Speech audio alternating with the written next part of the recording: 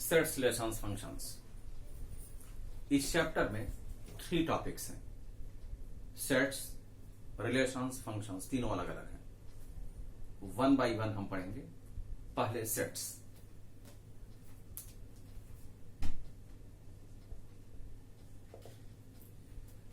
A set is the collection of well-defined objects which is represented with the sign roster and is denoted by capital letters. एक बार फिर definition सुने। A set is the collection of well-defined objects which is represented with the sign roster and is denoted by capital letters. Roster sign यह होता है,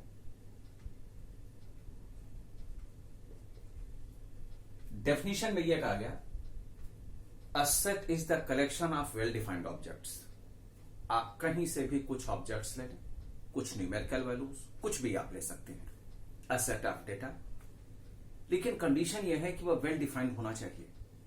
well defined के meaning further उसी order में वो डिफाइन ना किए जा सके।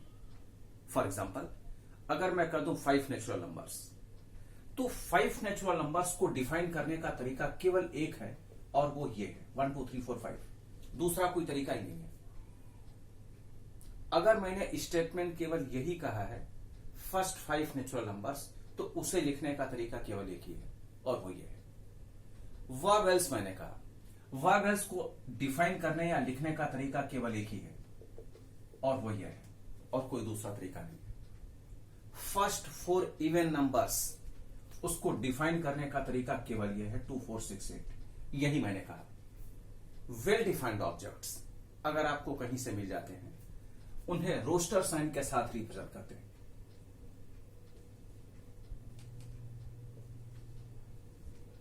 इसी को सेट कहते हैं और किसी भी सेट को किसी कैपिटल अल्फाबेट से आप डिनोट कर सकते हैं। मीनिंग आप अगर चाहें तो इसे लिख सकते हैं capital A, capital B, capital C, जो भी आप चाहें यूज कर लें। अगर आपने वेल डिफाइंड ऑब्जेक्ट्स यूज तो किया लेकिन रोस्टर साइन नहीं लगाया, तो हम सेट नहीं कर सकते। रोस्टर साइन मस्ट है किसी भी सेट को डिफाइन करने के लिए। एक्चुअली सेट को डिफाइन करने के तरीके 2 होते हैं। एक होता है रोस्टर फॉर्म, दूसरा होता है सेट बिल्डर फॉर्म। लेकिन अभी उसकी जरूरत नहीं है, जब जरूरत पड़ेगी तो आपको बता दिया जाएगा क्या होता है। छोटे से एग्जांपल से मैं डिफरेंस क्लियर कर दूं कि कहीं अगर आपको ऐसा कोई एग्जांपल मिलता है तो आप उसमें कंफ्यूज ना करें। जैसे ये हमें लिखना है तो मैं यहां ये लिख दूंगा a equals to x such that x belongs to first 5 natural numbers.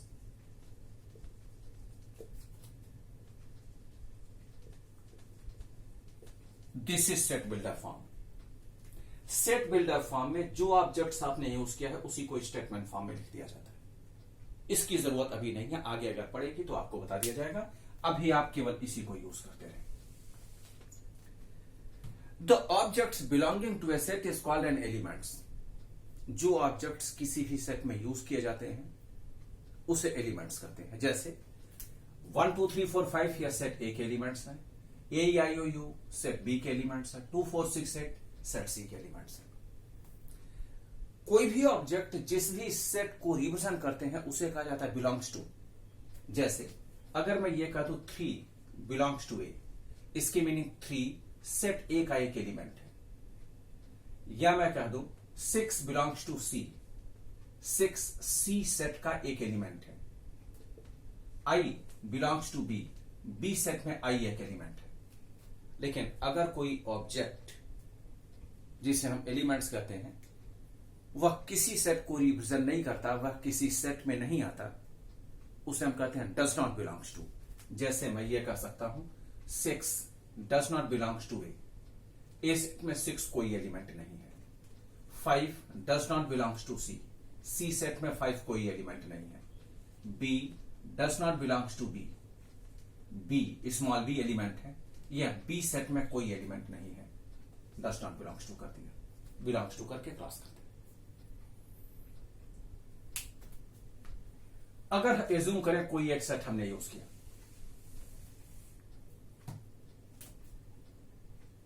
a equals to 1 2 3, ये कोई एक सेट है जिसमें एलिमेंट्स हैं 1 2 3, रोस्टर साइन के साथ रिप्रेजेंट कर दिया गया, सेट कर दिया जाएगा।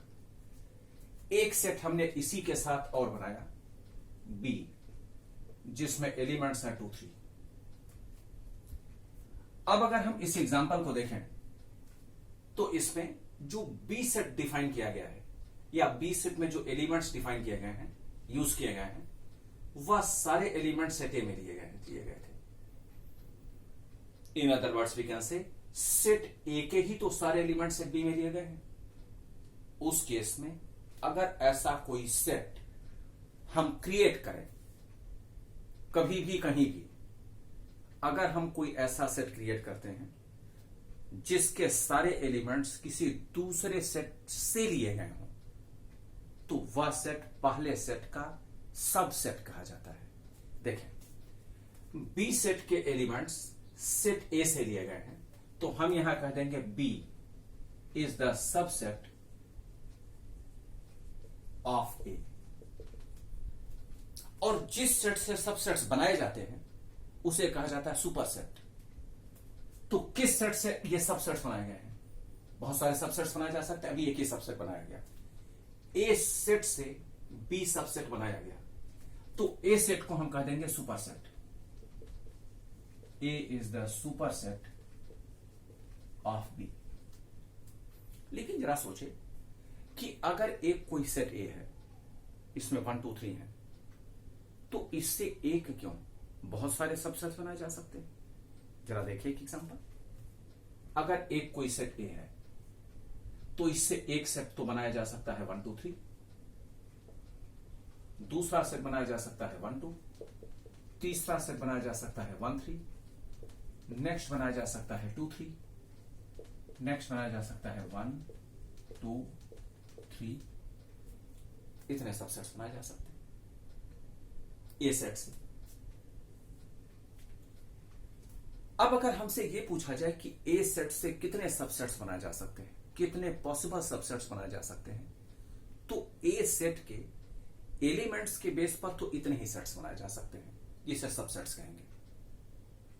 ए सेट के एलिमेंट्स के बेस पर इतने ही सबसेट्स बनाए जा सकते हैं। लेकिन जब हम पॉसिबल सबसेट्स की बात करते हैं तो उसमें एक सेट और इंक्लूड कर दिया जाता है, जिसमें केवल रोस्टर साइन होता है या फाई होता है। ये फाई इसके अंदर नहीं रहेगा, ये अलग है, और इसे हम कहते हैं नल सेट और वाइट सेट, ये कहा जाता है। ध्यान दें, एक बार फिर इस स्टेटमेंट को सुने जिससे कंफ्यूजन ना हो। अगर मैं ए सेट से सब सेट्स बनाऊं तो सब सेट्स यहां से लेकर यहां तक बन गए, जिसमें एलिमेंट्स अलग अलग लेकर हमने बनाया है। लेकिन अगर मैं ए सेट से पॉसिबल सबसेट्स बनाने के लिए कहूं तो पॉसिबल सबसेट्स बनाते समय ये रोस्टर साइन या फाई यूज कर लिया जाता है, जिसे नल सेट या वाइट सेट कहते हैं। इसका रीजन केवल एक ही है कि इसको यूज करने के बाद जो पॉसिबल सबसेट्स बनाए जाते हैं उसमें एरर्स नहीं होते। तो जब पॉसिबल सबसेट्स की बात आती है तो हमें नल सेट या वाइट सेट इंक्लूड करना ही होगा, और अगर केवल सबसेट्स कहे जाएं तो हम डायरेक्ट यहीं तक लिख देते हैं। लेकिन हम हमेशा पॉसिबल सबसेट्स ही बनाते हैं, इसीलिए हर एक केस में हमें रोस्टर साइन यूज करना ही होगा। यह ध्यान रहे हमेशा कि यह केवल एरर्स को हटाने के लिए है। ये लगाते ही एरर्स इसमें डिलीट हो जाते हैं, कंप्लीट पॉसिबल सबसेट्स बन जाते हैं। लेकिन अब जरा सोचें कि हमने कितने सबसेट्स बनाए। 1 2 3 4 5 6 7 8 सबसेट्स हमने बना लिए।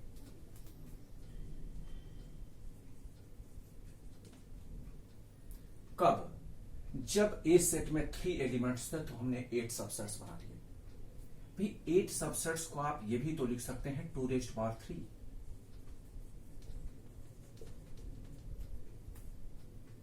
अगर 2 एक बेस वैल्यू हम मान लें तो 3 क्या है? Number of elements in the superset. तो हम ये भी तो फार्मूला बना सकते हैं 2⁻n सबसेट्स, ये भी तो हो सकता है। इसकी मीनिंग यह हो गई कि किसी एक सुपरसेट में जितने एलिमेंट्स होते हैं उसी को 2 के पावर में लिखते हैं, उतने ही सबसेट्स बनते हैं। अब मान लें कोई एक क्वेश्चन मैंने आपसे पूछा, a superset has 4 elements number of possible subsets are, कितना होने चाहिए, 2⁴ हो गया 16 subsets. A super set has 5 elements, number of possible subsets are 2⁵। तो जितने एलिमेंट सुपर सेट में दिए जाएं वह 2 के पावर में लगा देंगे, उतने ही सबसेट्स बन जाएंगे। लेकिन अगर आप इन्हें देखें तो इसमें 1 2 3 ये एक ऐसा सेट है जिसमें सुपर सेट के ही सारे एलिमेंट्स यूज किए गए हैं। अगर उस एक सेट को इग्नोर करके रिमेनिंग सबसेट्स को लिखा जाए तो इसे प्रॉपर सबसेट कहा जाता है। मीनिंग अगर मैं इसे छोड़कर, क्योंकि ये क्या है, ये as it is super set के सारे एलिमेंट्स को लेकर बनाया गया सबसेट है, तो इसे इग्नोर करके अगर हम रिमेनिंग सबसेट्स को लिखें 1 2 1 3 2 3 1 2 3 और एक रोस्टर साइन, तो इसे हम कहते हैं प्रॉपर सबसेट्स। तो जरा सोचिए प्रॉपर सबसेट्स बने कितने, एक ही तो कम बना। पॉसिबल सबसेट से एक ही सेट तो कम बना। तो एक फार्मूला तो हमारे पास ये हो सकता है 2⁻n-1 proper subsets.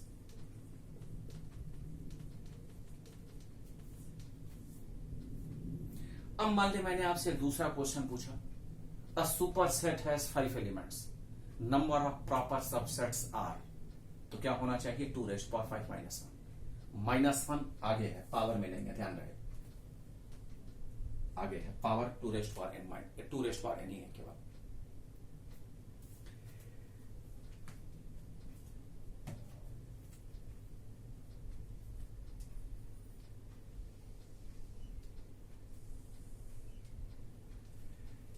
Next use किया जाता है पावर सेट। पावर सेट क्या होता है,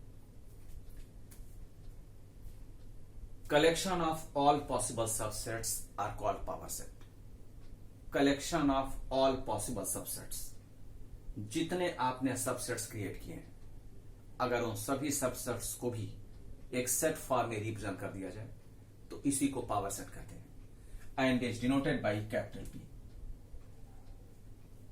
यहां देखें हमने पावर सेट लिख तो दिया है ऊपर, लेकिन अगर उसके एग्जाम्पल में हमें बताना हो तो यहां लिख दिया जाएगा कैपिटल P इक्वल्स टू, जितने आपने पॉसिबल सबसेट बना रखे हैं उसे भी मैंने R को हटा दिया है, क्योंकि केवल एक ही यूज करेंगे, दोनों तो यूज करेंगे नहीं। तो ये जो हमने लगा रखा है रोस्टर साइन के अंदर, ये सभी सबसेट्स को भी एक सेट फॉर्म में यूज करने का तरीका है और इसे ही पावर सेट कहते हैं, क्योंकि डेफिनेशन में आपने ये लिखा है collection of all possible subsets is called power set. तो यही है power set. Next word use किया जाता है सिंगलटोन सेट।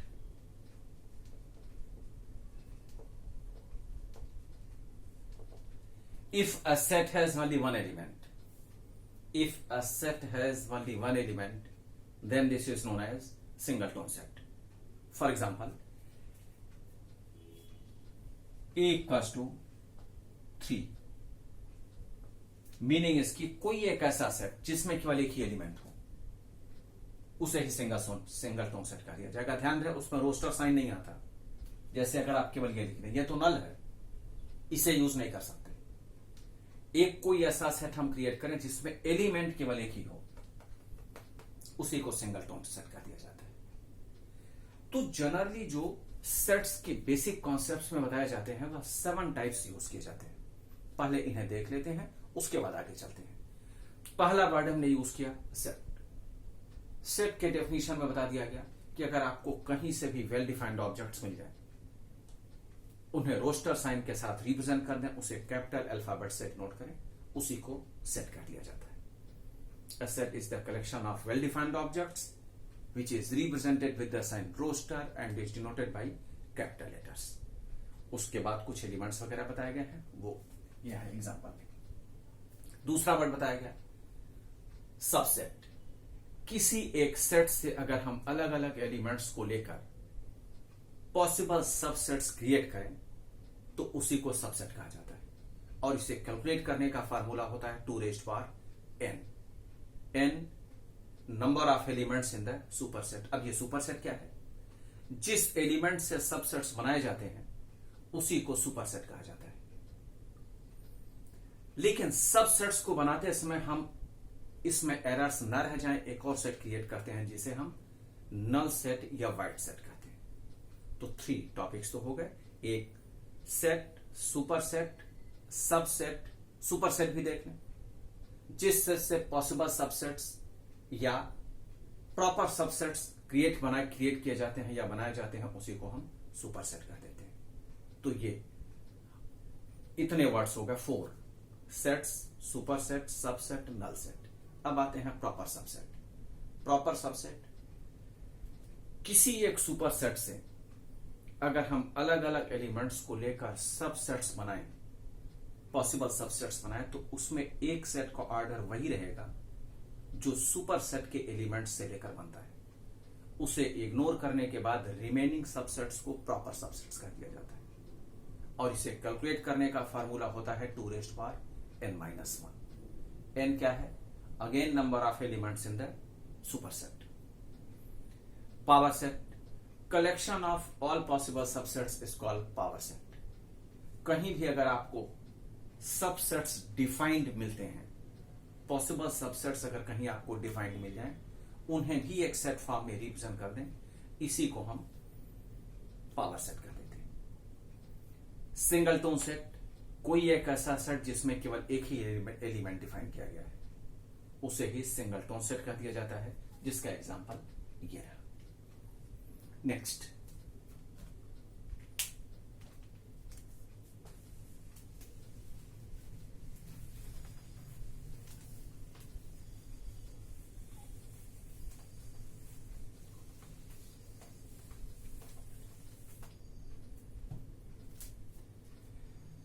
मान लें कोई एक सेट दिया गया है ए, जिसमें एलिमेंट्स हैं 0, 1, 2, 3, 4, 5, 6, 7, 8, 9।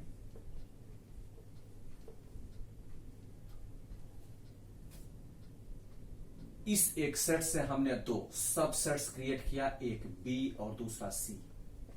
बी सेट में हमने सभी इवन नंबर्स को यूज कर लिया विद 0,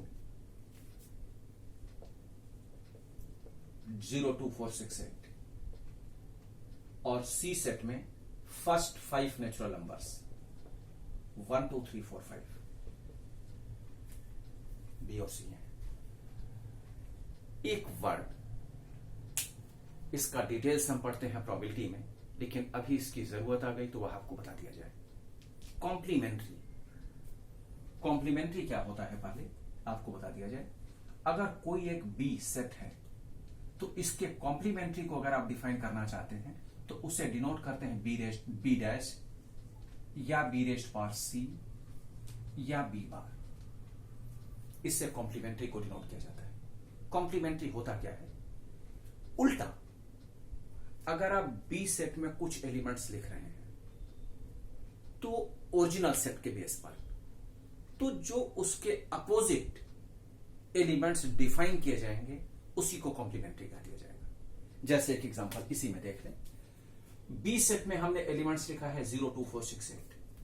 अगर हम बी का कॉम्प्लीमेंट्री डिफाइन करना चाहते हैं, जिसे हम इस पूरे चैप्टर में बी डैश से डिनोट करेंगे, तो मीनिंग ये ओरिजिनल सेट जो ए आपने डिफाइन किया है, रिप्रेजेंट किया है, उसके वह सारे एलिमेंट्स जो बी में नहीं है वही बी डैश में लिख दिए जाएंगे।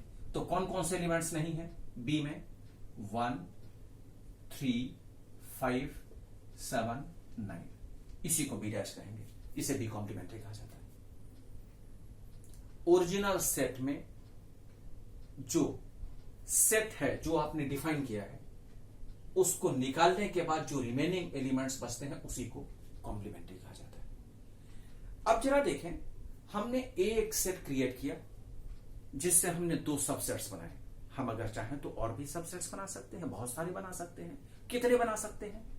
क्योंकि ए सेट में 10 एलिमेंट्स हैं तो 2 पावर 10 1024 सबसेट्स बना सकते हैं हम। लेकिन हमने केवल 2 बनाए, एक बी और दूसरा सी। तो ए को तो सुपर सेट हमें कहना ही चाहिए क्योंकि इसी से 2 सबसेट्स बनाए गए। लेकिन अगर आप ए को देखें तो ये सुपर सेट के साथ साथ यूनिवर्सल सेट भी कहा जा सकता है। क्यों? क्योंकि सिंगल डिजिट के सारे नंबर्स इसमें इंक्लूड हैं। चेक करके देखें, क्योंकि कंप्लीट इंफॉर्मेशन गिवन है, इसलिए इसको सुपर सेट के साथ साथ यूनिवर्सल सेट भी कहा दिया जाएगा। लेकिन अगर ए सेट में मैंने यूज किया होता 0 1 2 3 4 5 6 7 8 9 नहीं होता, तो ये केवल सुपर सेट कहा जाता, यूनिवर्सल सेट नहीं कहा जाता। तो ध्यान रहे, सुपर सेट के साथ साथ ये पर्टिकुलर एग्जांपल यूनिवर्सल सेट में भी एक को रिप्रेजेंट कर दिया जाएगा, क्योंकि कंप्लीट इंफॉर्मेशन है।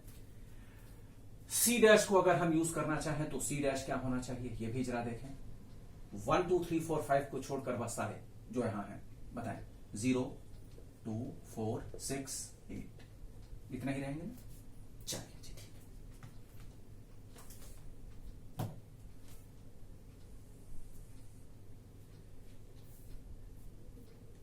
दो वर्ड्स के बेस पर मैं कुछ रिलेशंस यहां क्रिएट कर रहा हूं, वह है यूनियन और इंटरसेक्शन।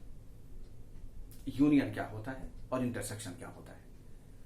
अगर आप किसी दो या उससे अधिक के बीच में यूनियन का रिलेशन क्रिएट करना चाहते हैं, तो यूनियन की मीनिंग, अगर हम दो का एग्जांपल लेते हैं, तो जो दोनों में कॉमन है वो भी सिंगल टाइम, और जो कॉमन नहीं है वो भी सिंगल टाइम। और इंटरसेक्शन की मीनिंग केवल कॉमन पोर्शन एग्जैक्ट। एक बार फिर सुने, इंटरसेक्शन को आप इस तरह से, जैसे हम बी इंटरसेक्शन सी यूज करना चाहते हैं, इंटरसेक्शन मीन्स ये, और यूनियन की मीनिंग ये यू के जैसा। यूनियन की मीनिंग बी और सी में जो कॉमन पोर्शन है वो भी सिंगल टाइम, और जो सिंगल टाइम है वो भी सिंगल टाइम सारे। और इंटरसेक्शन की मीनिंग केवल कॉमन पोर्शन। तो ये अब हम देखते हैं कि इनकी वैल्यूज क्या होनी चाहिए। बी यूनियन सी, देखें बी यूनियन सी में क्या क्या आएगा,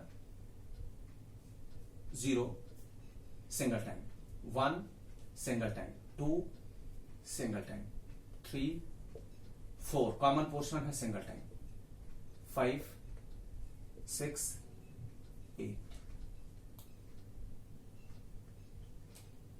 यह है बी यूनियन सी। ठीक है, बी इंटरसेक्शन सी क्या होगा, बी और सी में जो कॉमन पोर्शन है, चेक करके देखें, 2 और 4 कॉमन पोर्शन आता है। Next, B union C whole complementary. जरा ध्यान दें, होल कॉम्प्लीमेंट्री हमने कहा है। अब होल कॉम्प्लीमेंट्री की मीनिंग क्या है, वह सारे एलिमेंट्स जो ओरिजिनल में है और बी यूनियन सी में नहीं है। तो कौन कौन सा एलिमेंट्स बी यूनियन सी में नहीं है, देखें, एक 7 नहीं है, 9 नहीं है, तो ये लिख दिए जाएंगे। B intersection C whole complementary,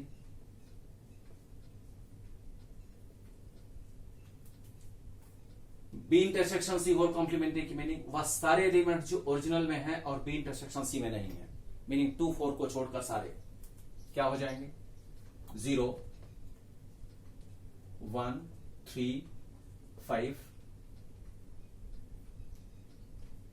6 7 8 9।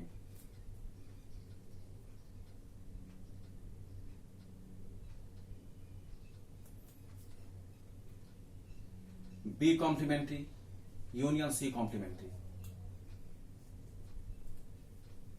ये क्या होगा, B complementary union C complementary में देखें, इन दोनों में से जो कॉमन पोर्शन है वो भी सिंगल टाइम, जो सिंगल टाइम है वो भी सिंगल टाइम, 0 1 2 3 4 5 6, क्योंकि इन दोनों में कॉमन तो कुछ है ही नहीं, 7 एक टाइम। आगे चलते हैं, B complementary intersection C complementary. अब इन दोनों में कॉमन पोर्शन चेक करें क्या है, कॉमन पोर्शन इन दोनों में